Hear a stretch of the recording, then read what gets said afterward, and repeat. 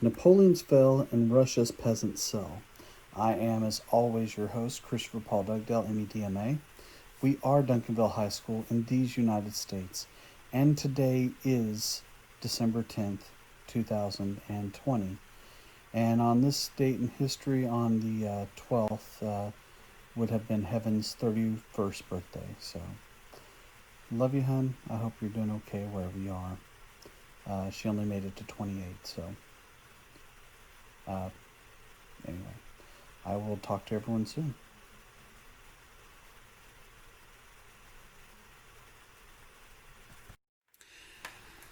Now we get to talk about Napoleon Bonaparte. Okay, so let's say this: the first thing that I want to bring to your attention is let's talk about his height. He wasn't 5'2". He was 5'2" in French terms, but in our heights today, about 5'6". So not a giant, but still. Anyway, he was born in Corsica, so I would actually call him Italian more than I would call him French. But the truth was, the island was annexed by France the year before his birth. Okay, he was promoted to brigadier general at the age of 25 after capturing Toulon. At one point, he said that I am the revolution. And he married a well known uh, philanderer, uh, Josephine de Beharnas. Okay, and he also defeats the Austrian army. So he actually builds up a pretty strong reputation for himself. Okay, and at the age of 26, or the age of 28, he overthrows what was France at the time.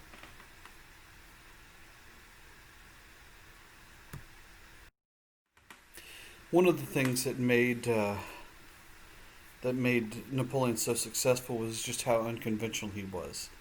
Now, there's certain types of rules that people normally go through in warfare, and what he did is he would go around this, not really worrying as much about the supply lines, and that made it possible for him to outmaneuver much larger armies as he did with the Habsburgs.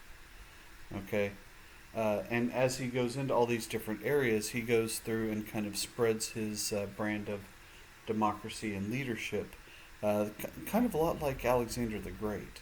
In the Treaty of Campo Formio, he creates several small Italian republics, and he spreads revolution all of those. In the Battle of the Pyramids, he goes into Egypt and he defeats Egypt and the Ottoman Empire. And one of the cool things was all of the hieroglyphics on the inside of these pyramids and on these structures. No one had understood, but one of his men, actually by the name of Rosetta, finds a finds a stone that has three separate translations for something. So, actually, it has it in hieroglyphics. Then it has that translated, and then there's a translation of that translation. So, they were able to work their way and understand everything that was in the different pyramids and tombs. So, it was really pretty phenomenal as far as discoveries. So Napoleon's domestic policies. Okay, he created the consulate, and he was named the first consul. So basically, the emperor of Rome. Okay, now he uh, he doesn't really crown himself emperor for another 15 years, but uh, he has two other people that he's ruling with, but he's the one that is clearly in charge of what is going on there. Okay, uh, and he creates the French Empire. Now, this will be short lived, but this is something that terrorizes all of Europe because they see just what one person, what one army can do, and this sets into motion, systems that are set up to try and prevent anyone from ever doing what Napoleon did again. And some of those systems do work for about 100 years after his death, but they are not long lasting. He creates a single legal code, and so this is called the Napoleonic Code, and this is actually used in Louisiana, in several of their in most of the state, and it kind of creates a basis for law throughout Europe. This replaces over 300 different systems of law in France, and in all of the French territories, it's still used today in just about all of them. Okay, and the Civil Code or Napoleonic Code is really the greatest accomplishment that he has, and this is really his contribution from the Enlightenment. Okay, merit and equality are really embraced as a result of this. So, uh, the right to choose professions.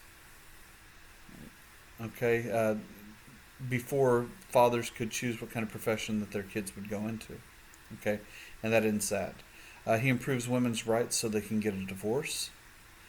Equal property ownership and inheritance. Punish men's infidelity, and although women could be jailed if they were, if they cheated on their spouse. So, you know, I'll say this: infidelity is not a good thing anyway. I know you're thinking, "Wow, I wonder what Mr. Dugdale's stance is on that." I believe in staying true to whoever you're with, and if you're not wanting to be in a committed relationship, then don't get in one and cheat on the side, because that really shows who you are. You know, marriage. If we're talking about marriage, it is the only contract that you're going to sign in front of other people, and you sign it in front of all your family and friends. And if you're willing to, ignore that contract and that agreement that you made in front of all of your friends and family, then how can anyone trust anything that you ever do? Anyway, my 2 cents. If you have change for me, let me know. The legislative core, okay, they rubber stamped Napoleon's laws. Anything he wanted to do, they were behind, mainly because he was Napoleon, and after everything else that they were in, they loved the stability that he provided. Okay, the centralized professional bureaucracy. These appointed prefects. They run the 83 departments. Uh, and remember, France was divided into 83 different departments and regions, and it made it much easier to administer the empire. Okay, they reported directly to Paris, all 83. Okay, Joseph Fouché censored the press for Napoleon. They shut down 61 of 73 newspapers. So freedom of the press was not one of the things that Napoleon embraced. He liked to control all the stories that were going out. And to prevent any more revolutions, Napoleon put together a secret police, which their whole responsibility was to infiltrate intellectuals and prevent other revolutions. Jermaine de Stall, she set up a salon during Napoleon's reign. Okay, uh, she she denounced Napoleon as a tyrant, and eventually she was exiled to one of the German states. I did not say Germany because Germany does not exist for another 54 years after her death. Okay, after Napoleon was overthrown, she came back and lived out the last year or two of her life in France. But there was a penalty for going up against Napoleon. But you'll notice it wasn't the death penalty in this case. Okay, careers to open talent. Okay, this looked for people of all types of modest backgrounds, kind of like Napoleon. Napoleon is one of the people who kind of rose from nowhere and became great. And as a result of this, they're going to create 3,263 new nobles. A lot of them from the military. A lot of the members of the bourgeoisie were also members of these new nobles. Okay. Uh, the Legion of Honor was a group that, or was a recognition or honor that was beset on people who helped serve in the Revolutionary War. Now, for France to stay up to date with other countries, kind of like Germany, for instance, they had to improve and update education, and and they created secondary schools called the lycée, and this is open to all social classes. So no longer was education reserved for the elite. They were going to allow people from other areas, which means that you might have, you know, more innovations because of people that were being forgotten previous generations. They founded technical universities also for scientific progress. So there's a lot of reform being done by Napoleon. He's most known for his military conquest, but he codifies law. He tries to open up the nobility and the higher ranks to more people than just the people that were born into it. Okay? Economic and financial policies. Okay? These modernize French infrastructure. They start fixing buildings, repairing roads. Uh, and one of the things that they did was build roads and buildings in a way where would make it a little bit more difficult for revolutions in the future. They built monuments, and they attempted to make the industrialization of the country go much quicker, but that didn't work. The Bank of France was created under Napoleon also, okay, and you remember they'd attempted this before, and so this one would be a little bit more successful because one of the first things it does is eliminates budget deficits. Okay, and they also modernized the tax system, so that everyone would be taxed. So they're not working at a deficit anymore, and they're taxing everyone. Uh, and they had professional tax collectors that dealt with individual taxpayers, and there were no exemptions. So everyone had to pay tax regardless of who they were and what they did. Okay, so this is an attempt at trying to fix some of the errors of previous governments. Again, this is a lot of reform for someone who's mostly known for conquest and war. The Concordat of 1801 ended the war with Pope Pius VII. Okay, and the Pope is going to get control over the French clergy. Okay, uh, Catholicism is still the major religion of France, but the Church knew that it was not going to get its land back, and France could also veto any type of clergy appointments. Okay, and the Church was going to be responsible for paying all members of the clergy, and that includes Protestant.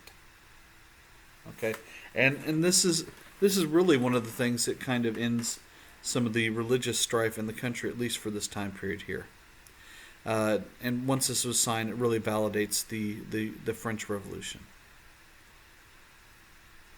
And Napoleon was able to ride both sides, and while he was in Egypt, he proclaimed himself a Muslim, and while he was in France, he proclaimed himself a Catholic, and he gave religious toleration to conquered nations. So all of the religious fighting that happened before would cease, at least under Napoleon. He found that the battles really led them nowhere.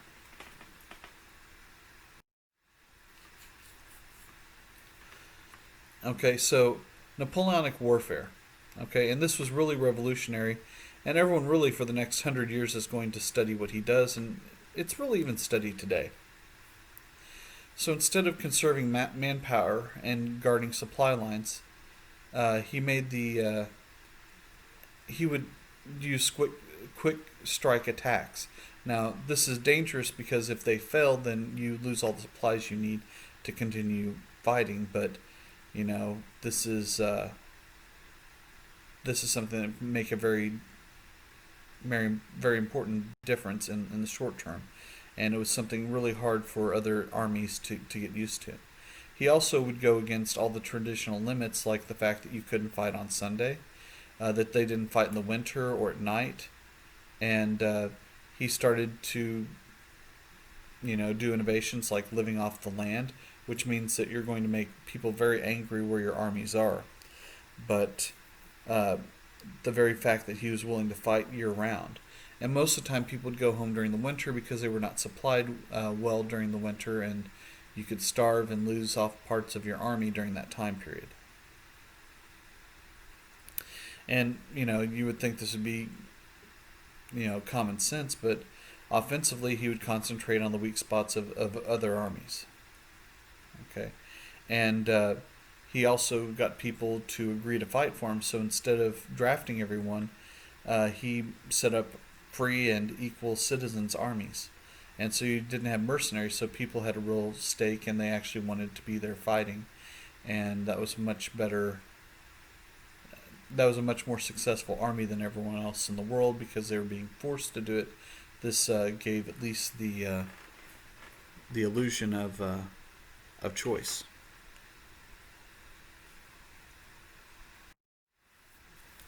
Now, Napoleon's foreign policies. Okay, he had two major goals. Okay, number one, institutionalize Enlightenment ideas in conquered land, and he did this with Napoleonic Code. Okay, and number two, gain territory for the French Empire. Okay, expand France. So expand France.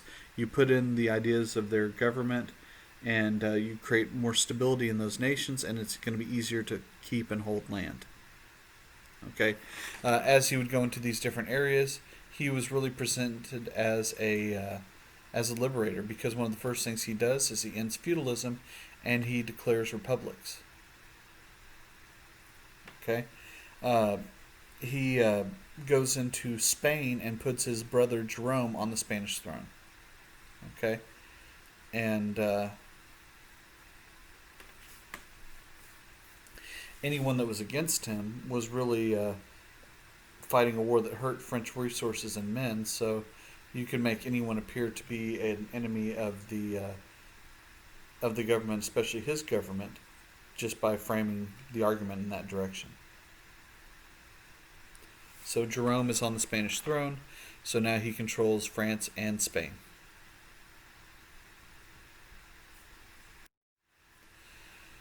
The Treaty of Amiens. Okay, this temporarily ends a war with Russia, Britain, and Austria. Okay, and he does this because he's planning something big.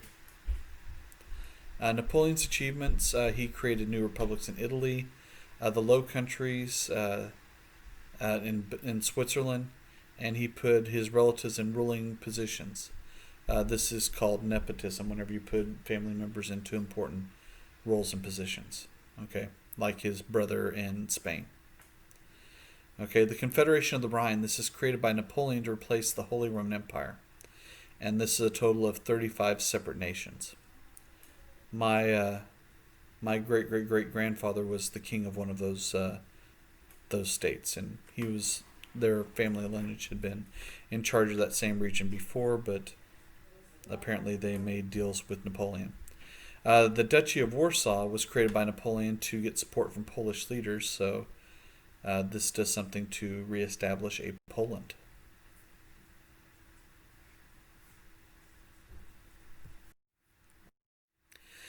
Napoleon's Grand Empire. Okay, so the French Empire goes all the way to the Rhine River.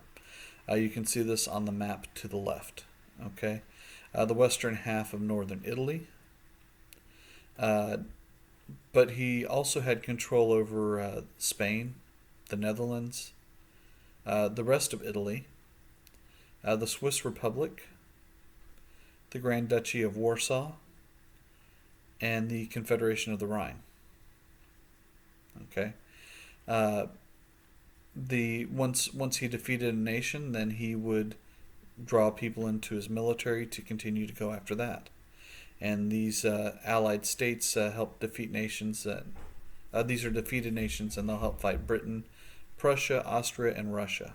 Okay, Prussia, by the way, is really the foundations of Germany. Now, here's problems that lead to Napoleon's fall. Number one was Britain's survival, and this is because of sea power. And France just did not have a navy that could compete with Great Britain. Great Britain had been the world's most powerful sea power since 1588 and really are until about 1934.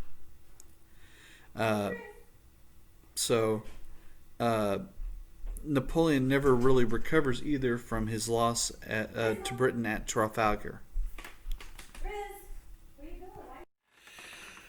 One of the things that Napoleon did to try and combat Britain's power was a boycott of British goods by all of his conquered territories. Okay, and this was pretty effective, but Britain still was able to, they had a large enough trading empire that this was not enough to stop him.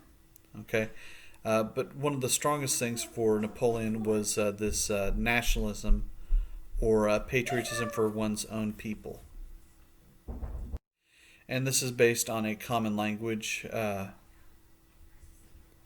and he built his army and the opposition's army, but built his army so that he could control the opposition also.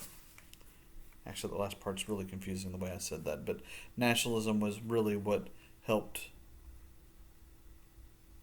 Napoleon be as successful as he was. He knew how to talk to people and get them to support what he was doing. Okay, so let's look at the Russian Revolution. Napoleon is going to invade with 600,000 troops. Okay? The minute that Russia withdrew from the continental system, which, and started trading with Britain again. So he goes in to invade. And one of the biggest problems with invading Russia is the vastness of their territory and the horrible winters that they have. So as he goes in to invade, the Russians are falling back and they're burning everything of military value, all the way back to Moscow. Okay? And whenever Napoleon finally gets to Moscow, his men are freezing. They don't really have any good supply lines because everything is gone between them and really Europe, or at least what he would have called civilized Europe. And so he's going to abandon Moscow and return to France with 400,000 troops. So basically, 1 out of every 15 troops that left came back. When he returns, he doesn't have the forces he needs to hold his power, and Europe is liberated, and Napoleon was sent to Elba Island. And he was made the emperor of the island because they did not want to start a practice of executing the leaders of other countries. So Europe is now free from the oppression of Napoleon, although some of his reforms will stick.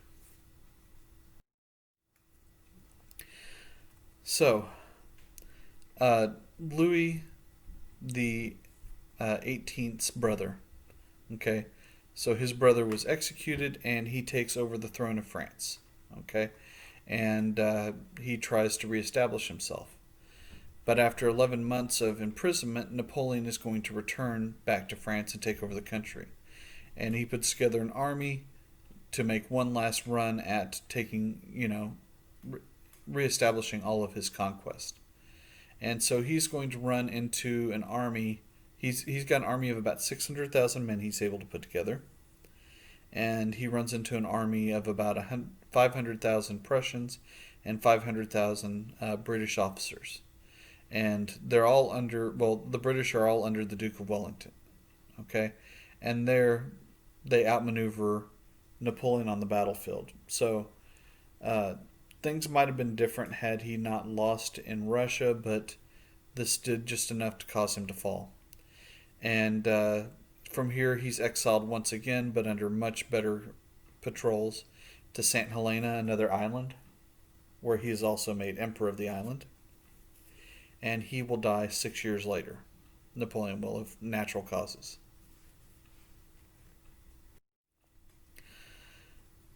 Okay, so some of the fallout from this. So you have Johann Gottlieb Fisch, and he was inspired by the French Revolution, and he spoke of German nationalism, and this would slowly help unite the German people. Okay, Baron Heinrich von Stein, he led political and military reforms, the abolition of serfdom, the election of city councils, and a larger standing army, and these things really impacted Germany. And so from this, you have the seeds of a German nationalism, which will eventually unite the German people in 1871. And, well, history really starts to change after that.